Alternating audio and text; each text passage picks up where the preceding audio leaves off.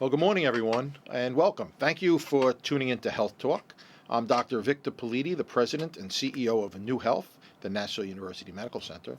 And as healthcare in America is changing, New Health is part of that change. So this half-hour program will provide you with essential information about our services, facilities that provide top-quality care that fits into your lifestyle. So you already know us as Nassau County's premier Level 1 trauma center, but we have so much more to offer the community, including the full-service, state-of-the-art center of care here in Nassau County at the University Medical Center. We have the A. Holly Patterson Nursing Home Extended Care Facility over in Uniondale, which consistently receives 5 stars and really gets really high ratings from its residents. And we have those 5 new family health care centers located throughout Nassau County to provide primary care services to people in their communities. But all of our improvements are making us a leading provider of primary and tertiary care here, and we're rivaling the best in the country. If you follow the show every other Saturday or every Saturday at 8:30 in the morning, you'll know that we always have different guests from different departments, whether it's our chairman of neurosurgery or our gastroenterology, and we talk about the different things that we have at Nassau University Medical Center, all the different services we provide, the changes that we're going through right now. No longer is this just the old Meadowbrook Hospital. It's not NICMIC. It's really being moved forward. We're cleaning the hospitals. We have really remarkable changes inside. A new $38 million emergency department, level 1 trauma center. We have followed up by new intensive care units, the surgical intensive care, medical intensive care, brand new state-of-the-art technology in the intensive care units, labor and delivery. You'll think you're in a really fine hotel the way they redid these rooms, and we just cut the ribbon recently on it. And there's so many other things at Nassau University Medical Center that you really don't appreciate. You don't know that we're the only burn center, and that the fire department and police, depend upon Nassau University Medical Center for burn care. Hyperbarics, and you think that's only dealing with the people that go diving and get the bends. Well, no, all these things, and you hear them frequently: carbon monoxide poisonings, people that are overcome from fires, firemen that need treatment. They come to Nassau University Medical Center. We have the only multi-place chamber in Long Island, and the only other one I think is up in Jacoby in the Bronx. So we do a lot of specialty care there for different types of emergencies. But we are a center of excellence for OB/GYN. We are a stroke center. When your person has a stroke, we are trained and equipped to treat all of these patients that might have some sort of stroke or bleed or head trauma. We're Gold Award winner for the American Heart Association for cardiac services. So Nassau University Medical Center isn't the old Meadowbrook Hospital, and every day it's changing. So this show really is just to get that word out, to let you guys know what you have here on Hempstead Turnpike, to let you feel confident in Nassau University Medical Center if you do come here for treatment, that we do have the best board-certified doctors and nurses, and that our equipment is second to none. But today we have a really special guest, something that's maybe not on the surface related to what we do, our mission at New Health, but it's something that's so vital to the citizens in Nassau County. And when I asked him if he'd be on the show and he agreed, I said, "Wow, what a great talk this will be." So today we have our chief fire marshal for the county of Nassau, Scott Tusa, and Scott is really tasked with keeping the residents of Nassau County safe. He does a lot with his department to make sure that all the buildings and residences and fire codes are followed so that we don't put our citizens at risk. And he does a lot with the county medical center, with Nassau County University Medical Center, where we have the Fire Police Academy, where we train all the firemen and policemen and emergency medical technicians and paramedics, where we have the county mortuary, the morgue is there. We do a lot of work with the FireCom and the MedCom, where the paramedics call in for all their orders. And Scott's role as the fire marshal, really, with the fire service in Nassau County, is very closely tied. So a lot of we'll talk about is a lot of things to do with the fire service here in Nassau County beside what he does. So, Chief, should I call him Chief or Chief Fire Marshal? How about Scott? Scott Tusa. And really, I mean, Scott, you bring so much to the county. You have so much expertise and so much experience in the fire service as well, as a real passion for this. And I've known you for a while, and I've seen the enthusiasm that you show for this job and the passion that you show. and really a true love for the fire service and for what you do. And to have someone in your position that in his heart feels this way is such a great thing for the people in Nassau County.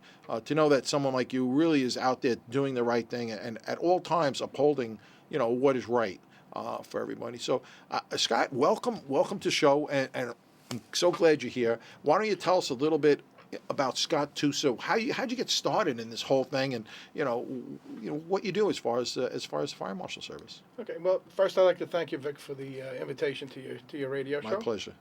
And thank you for the kind words on your introduction. How did I get started? Well, it goes back to my early life when I lived in Jackson Heights. I was born in Queens, and I lived in Jackson Heights, right on Northern Boulevard. And I lived a block away from a firehouse that you're familiar with. I think your brother was stationed Yeah, there. my younger brother Casey was a fireman there. He was the firehouse had an engine and a ladder and a battalion chief housed in it. And as a kid, I'd hear the sirens, and I'd go running to the front window to see the trucks go down Northern Boulevard. I later on moved to, when I was about 4, my family moved to West Hempstead. I grew up in West Hempstead. I'm a graduate of West Hempstead High School. After graduating high school, I became a member of the Lakeview Fire Department. I was in Lakeview for 11 plus years. I went through the ranks of company line officer and through the chief's office ranks, and I became chief of department in 1987. And a couple of years after that, as life goes on, I got married, bought a house in East Meadow. I moved to East Meadow. I joined the East Meadow Fire Department, Ladder Company 1, out of headquarters. I spent about 8 years in that department. While I was still in Lakeview, I was taking all kinds of civil service tests, and the first one to come along was, and actually call me to start, was Fire Marshal, Nassau County Fire Marshal. So I took that job in March of 1988.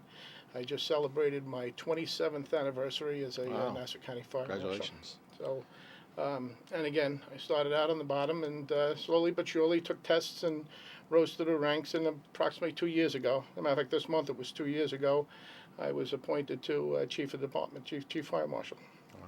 So, I mean, it's in your blood. You grew up with the fire service. And, I know a lot of firemen. My father was a fireman. My brother was a fireman. It's in their blood. I mean, the firemen that we have out here in Nassau County, the volunteer fire services, these guys are really dedicated to what they do. I mean, it's in their heart.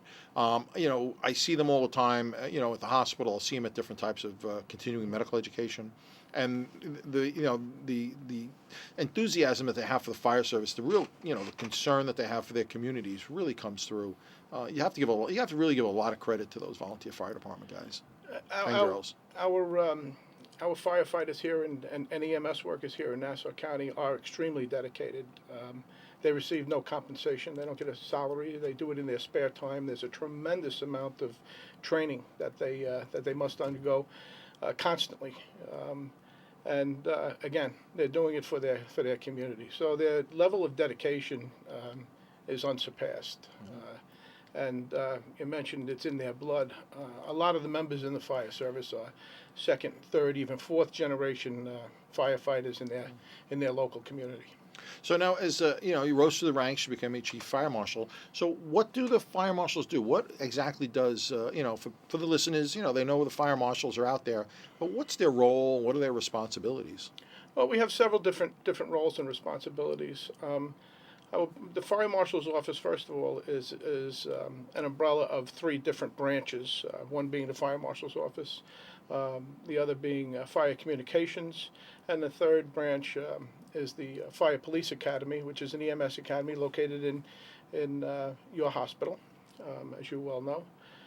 But as a fire marshal, the office is broken down into inspection divisions, fire investigation division, and hazardous materials response division. Our inspection divisions inspect every type of building in Nassau County with the exception of the interiors of single-family dwellings, which would also include the interior of apartments in apartment buildings. You name the type of building and we inspect it. Motels, hotels, public assemblies, industrial type storage facilities, factories, hospitals and healthcare facilities, as you are very familiar with all the You guys- construction and updating you've been doing at guys are always there. at the hospital. Yep, My sure. guys are always there, and they're there to ensure a couple things. First of all, that everything is installed according to code, but sometimes we're looked at by the building owner as a thorn on their side, and really. When you're dealing with new construction, we're there to protect the building owner. The building owner paid for a code compliant system, and sometimes things are overlooked. Sometimes some corners are cut by a contractor, and we're really there ensuring that you got what you paid for, a code compliant system or building and so forth. Right. No one wants to ever be put at risk or have their building at risk because of some contractor that you didn't even know was Right. shortcutting it. Right, So, right. So that's, in a brief, that's what our inspection people are out doing. And then we have our fire investigations division that work hand in hand with Nassau County Police Arson Bomb Squad. And they get called to fire scenes to determine the cause of the fire. And should it be determined that it's suspicious in nature, along with the Nassau County Police Arson detective, they continue the investigation into the suspicious fire. And then the Hazardous Materials Division, it's staffed 24 hours a day, 365 days a year, and they're available for response to fire departments or any agency, for that matter, to mitigate and control any type of hazardous materials situation or problem. And along with that team, as part of that team, we also operate a full decon team with a decon trailer. So my office could run a hazmat call from start to finish, and along with sometimes our resources get strained. And the Nassau County Police Department, who we have a great relationship with, I can't say enough about Acting Police Commissioner Crumpter and Chief Skornicki. I have a great working relationship with them. And their emergency service unit also operates a hazmat team, which sometimes we have to work side by side with. And then some of the fire departments, there's 2 or 3 fire departments that also operate full hazmat teams. So that's about the operation of the fire marshal's office. And fire communications is located in the same building over the Public Safety Center in Westbury. Right. And they, they're side by side with 9/11 Communications Bureau, Police 9/11 Communications Bureau. And they dispatch for 41 of the 71 fire departments, in that primary dispatch for 41 of the 71 fire departments in Nassau County. They have the capability to dispatch for all 71 in Nassau County. They operate not only the main facility in Westbury. We maintain the old fire communications office in Mineola. In the case of any type of failure or anything, we have a secondary means of dispatching, and we can also dispatch. We have a field communications unit that can a mobile unit that can dispatch right from that unit. Right. So, I mean, you guys really have your hands in a lot. So the first side would be the actual fire marshal side, then those 3 divisions, including, what we think is more historically what you guys do. Go to the scene of the fire, investigate the cause of the fire, work together with the arson bomb squad from the Nassau County PD and do that type of stuff. Right. The code thing, which is so important to everyone in Nassau County that you're out there. And the hazmat part.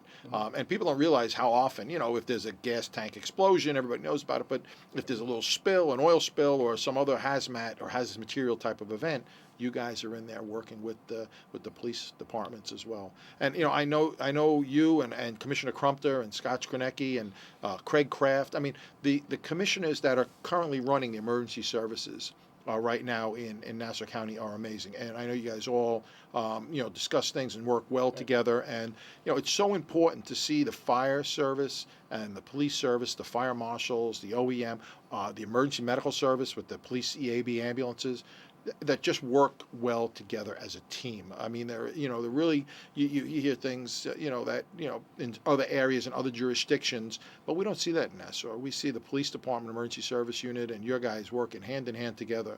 And it's really a great teamwork, and the people in Nassau County benefit from this stuff. Yeah. It's not a perfect relationship, but you're right. Far more often than not, we have a great relationship with all the different agencies. The police department, like you mentioned, the Emergency Ambulance Bureau, the Emergency Services Unit, the Craig Kraft's group out at OEM. OEM. Right. Office of Emergency Management. And the 71 different fire departments here in Nassau County. Everybody, again, it's not a perfect relationship, and I don't think you'll ever have a perfect relationship. But with so many different agencies that we're talking about, we do enjoy a very good relationship between the emergency services. When there's a big fire, and I've been quite a few of them, I've seen multiple departments. So in Nassau County, with the 71 departments, you may need Belmore and Wantor and North Belmore and Merrick all to work together, and then you guys show up with your communication vehicle and with some resources that you have, and it just sort of it works. You wouldn't think so, but it does. You're right, it does, and we show up at a scene and we try. Besides our resources that we have, if they need hazmat support or a fire investigation, we also have a rehab unit. The purpose of that is to respond to any major incident that it's requested to for police, fire, EMS, anybody that's operating a major incident that needs to rehab their emergency workers. Right. Important part, as you well know, firefighter. That's often happen hours after the incident, where they go home and they start to relax, and that's when they'll have a fatal heart attack. Rehab is important to rehydrate, re-energize with caloric intake, and medically monitor the emergency service workers so that they're in shape to go back in and do another round of bottle, with their Scott pack or back to battle with the fire. And we have our again, that's another area that we enjoy a relationship with the police department, the emergency ambulance bureau. When we send out our rehab unit, we'll send out an ambulance, and the individuals are getting monitored by either an EMTCC or a paramedic, which is the level of training that the county EAB operates at, either CC or paramedic level. So most people listening this morning know this is Health Talk, with Nassau University Medical Center, and that, on Saturday mornings we usually bring people in from the hospital, different services, to talk about the hospital. But today we have Chief Fire Marshal Tusa here with us, who's the Chief Fire Marshal for Nassau County. And we work very closely with the fire service at Nassau University Medical Center, being the Level 1 Trauma Center. We are the Level 1 Trauma Center here. This is, where we have the heliports. We actually have 2 heliports, helicopters bringing critically injured patients here. I don't know if there's ever guys drive by the hospital on Hempstead Turnpike. You'll see the ambulance ramp always says the volunteer firemen there, or the volunteer ambulances there, because the fire departments know that you have a critically ill patient, whether it's a trauma or a heart attack or stroke. That's where they're bringing their patient, because they're going to get an unbelievable care in that emergency department. And Scott Tusa, who the head of the fire marshals, work closely with them. As a matter of fact, in our building in East Meadow, in the hospital, or in one of the buildings, is the Fire Police Academy. Why don't you tell us what the Fire Police Academy is? That's another joint venture between the Nassau County Police and the Fire Marshal's Office.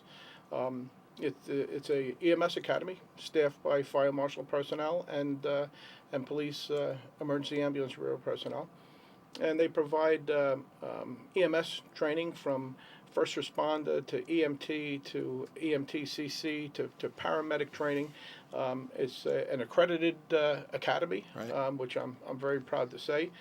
We have a lot of dedicated workers up there on both sides, training our EMS staff. I love to hear when people from the fire service tell me that ours is the academy that they go to refresh and to send their new people that are interested in becoming EMTs.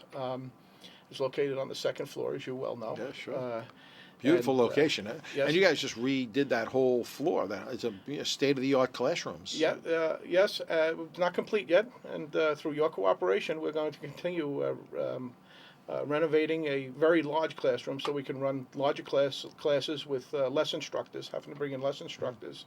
So the classroom that we've been talking about finishing will hold the 2 to 2.5 times the other classrooms kind of individually. So therefore we can run a bigger class and train more people at the same time. So I see that you're getting a big demand. Thank God. We need volunteers in the fire service. There was an article I recently read that said that there was increased enrollment in the volunteer fire services, which is good. Because if the volunteers aren't there to respond, you can have an increased wait time for ambulances. So we need volunteers.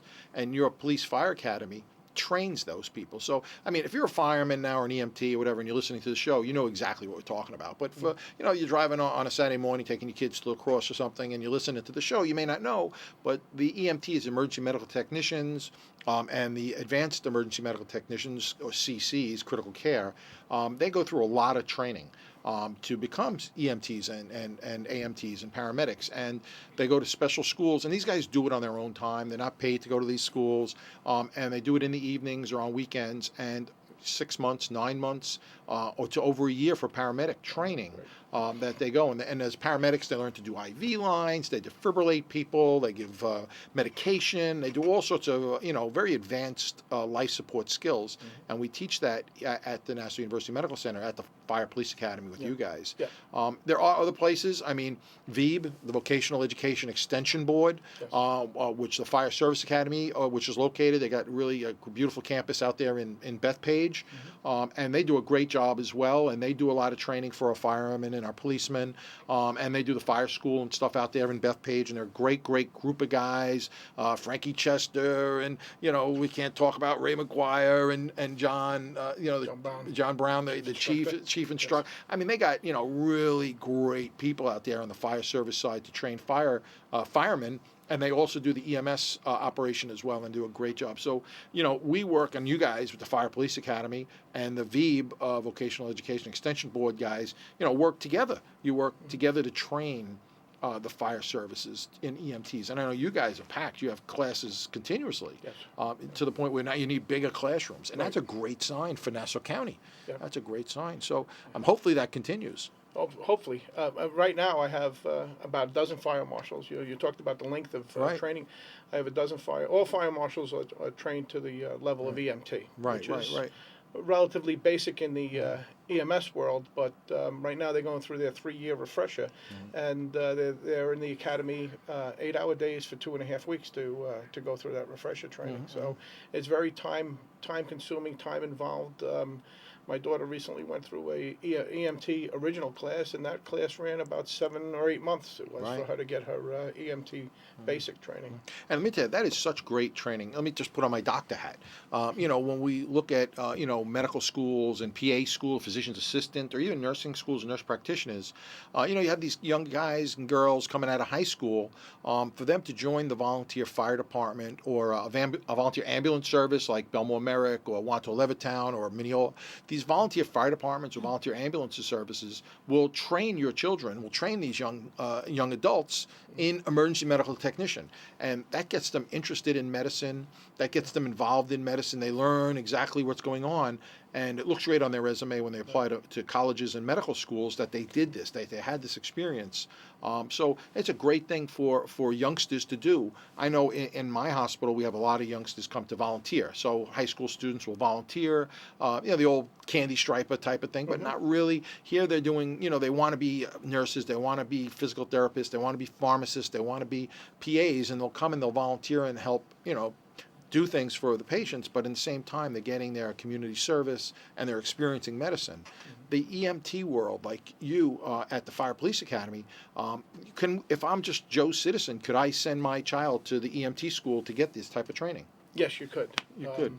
There's a fee involved for non-affiliated personnel, but if you're affiliated with an agency, the training is for free at the academy. So if you join a volunteer fire department at 18 years old or a junior squad, ambulance squad, and they will then support you or sponsor you for the training for free. That's correct. And if you're not, you can always pay, have your child go through it, or whatever. You can go through yourself if you want, and get this great experience, and then get out on ambulance and treat patients, and that really looks great. I know medical schools love it, PA schools love it, the fact that you were out there doing types of things. And there's lots of jobs there as paying jobs. Yes, a lot of all these private ambulance companies are always hiring EMTs and paramedics. I know the police department, EAB, is a great job. These guys, listen, you're talking about the most professional EMS operators I've ever seen in my life, and I've been around this business a long time. The Nassau County Police ambulance guys, because they really are on top of their game, and they really have a great job. And the Nassau County Police ambulance, really I mean, really the top of the crowd when it comes to that. They are. Yeah. They are well trained, highly well trained and experienced professionals. Yeah. And if you were to poll them, Mm-hmm. I think you would find out that the majority of them belong to a volunteer Yeah. fire department, and That's right. that's where they got their interest. They Yes. started in the fire department. They went and got their EMT training and Yep. liked it, and went on to apply to the Emergency Ambulance Bureau. And I know one fellow who just started this week with the FDNY EMS. Yeah, yeah. So as an EMT. It's a great career path, great civil service jobs. I mean, and plus it's one of these jobs, and I did it. I was back in the day. I was an EMT and a paramedic, and I loved it. I mean, I always felt so good about myself after the tour that you were helping people and doing some really wild stuff. And so I highly recommend it for the young adults out there, the high school students that are thinking go into a career in medicine, Absolutely. or even for the fire service or police service. Yes. If you want to be a policeman or a fireman, this stuff is really really puts you ahead of the crowd, ahead of the pack. Yeah, you're absolutely right. When I was 17 years old, I graduated high school, and I was a little bit on the wild side. I mean, I never did anything really bad or anything like that, but a little bit on the wild side. And at 18, I joined the fire department, and you're exposed as an 18-year-old kid to